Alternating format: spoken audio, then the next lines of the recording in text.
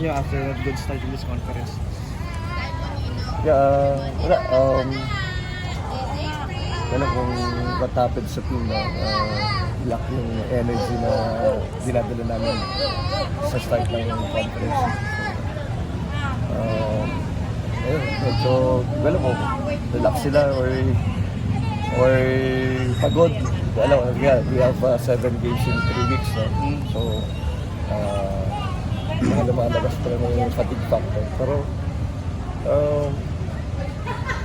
we need to get 2 more wins para to assure yung quarterfinals. So, for sure, we'll not back down sa mga remaining games namin.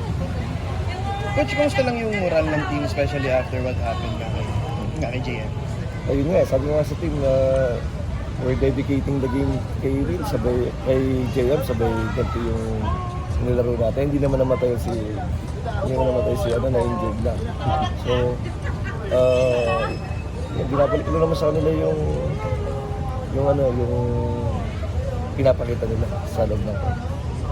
So, talaga obviously sa start pa lang 0-12 yung score. So, lahat na hinahabol pa as high as 22 points yung lamang na hinahabol namin.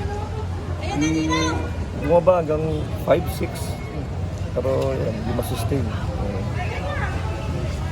Sinasabayan ng mga sabi namin malas from Paul Summer, from Arvin Tolentino, Joshua Muson, we're expecting them to contribute sa both ends, no?